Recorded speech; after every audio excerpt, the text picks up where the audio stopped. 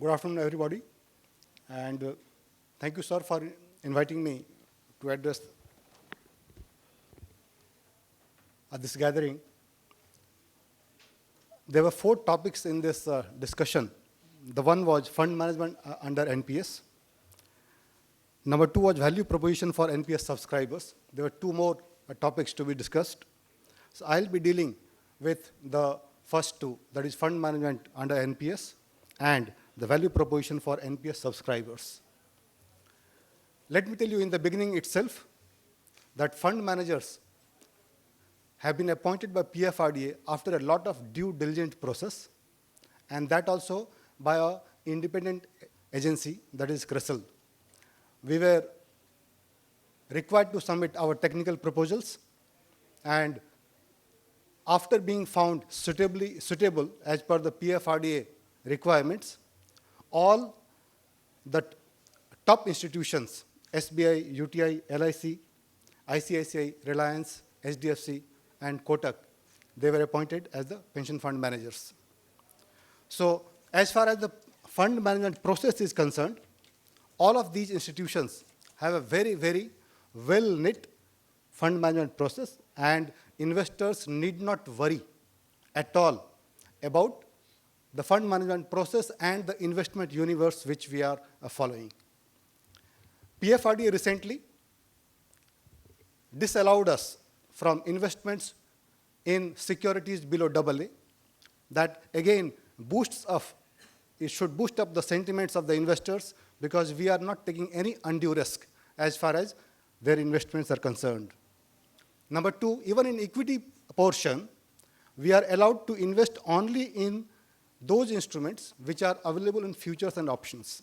That means those instruments which have adequate liquidity in the system and the good companies, the topmost companies of your financial market. So please rest be assured that your funds are being managed in the best possible way, and not only managed, it is being regulated in a best possible way by regulator, Pension Fund Regulatory Development and Authority. There is no sector, whether it is insurance or the other financial sector, where fund managers' performance gets reviewed every 3 months by an expert committee. It is only NPS. Every 3 months we are called by the regulator, and NPS Trust reviews our performance, reviews the portfolio of each fund manager. That is why I am again reassuring all the persons who are present here that your funds are being managed in a best possible way. And we assure that returns generated will definitely be much better, and it will be akin to the market itself. Now, the second part is the value proposition for NPS subscribers. Now, this has been talked about since morning, and a lot of things have been discussed on this issue. There is simply no doubt that NPS as a product is one of the best possible financial product as far as retirement planning is concerned. But investors always correlate this with an investment product, which I totally disagree. It is not an investment product. It's a pension plan. It's a retirement planning product, and it should be dealt in that direction only, in that way only.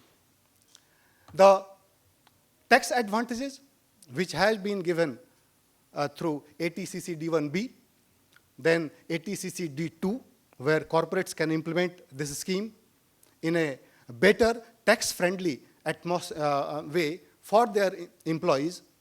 This is totally unmatchable product as far as its benefits are concerned. Now, if I look at the investor, and if I divide the whole investors community in 2 parts, one who is financially illiterate, doesn't know about the financial product.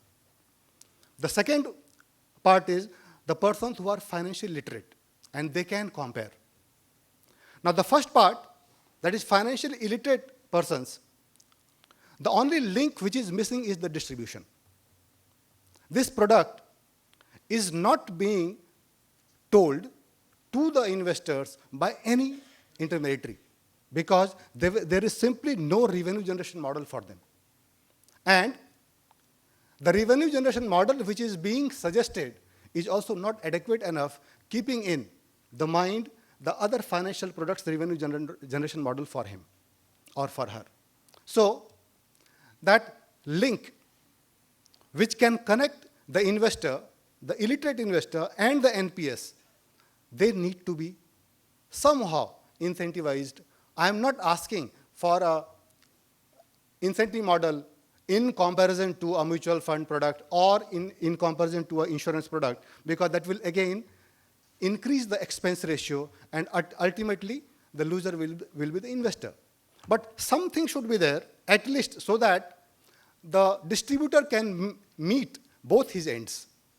Because some expense he has to incur for telling about or for canvassing a financial product, that needs to be in mind, and that is the only thing which is missing from this class of investor reaching NPS.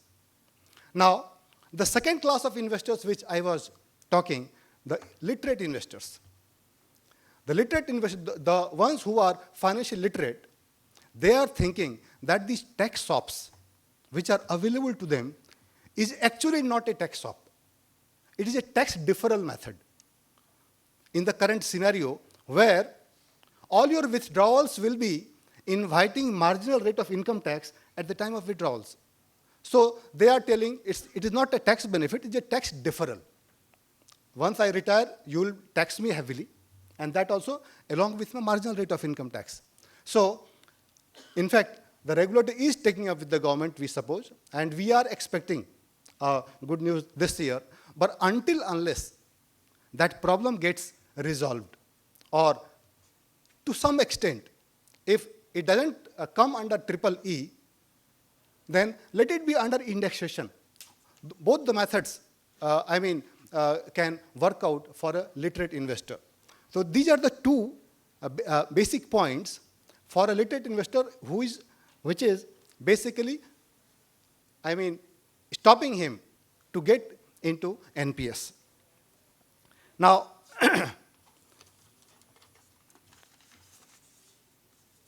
in the morning, our chairman told about soft compulsion, and I also, in fact, we also advocate that thinking process, but let us see how it comes on paper or how it is, brought into picture. One thing I just wanted to tell, that even a product like Provident Fund, public Provident Fund, that needed 1% incentive for the distributor to make it popular. Even in PPF, government was paying 1%. And just recently, around 4 to 5 years back, that 1% incentive has been removed. So a product like PPF, which scores better on all fronts, that also needed an incentive to the distributor. Whereas in NPS, that thing is missing. So we need to do some tweaking there, and let us think that unless the best product reaches the investor, it doesn't make any sense. So the best product is lying there, but it is not reaching the investor only account of that missing link. So we have to see that all the links are matched, and this product is actually serving, or it meets the government guidelines of Sabka Saath, Sabka Vikas. All the entities available here, whether distributor or the entities appointed by PFRDA and the investor, for all of us, it should be beneficial. And I think only needs some tweaking, some realignment, rethinking, and that's all which I wanted to say. NPS, I must tell you, there is no replacement as far as retirement planning concept is concerned. This is the best product available. Please associate yourself. Also, the organizations with you are associated, please bring them into this fold. Thank you so much.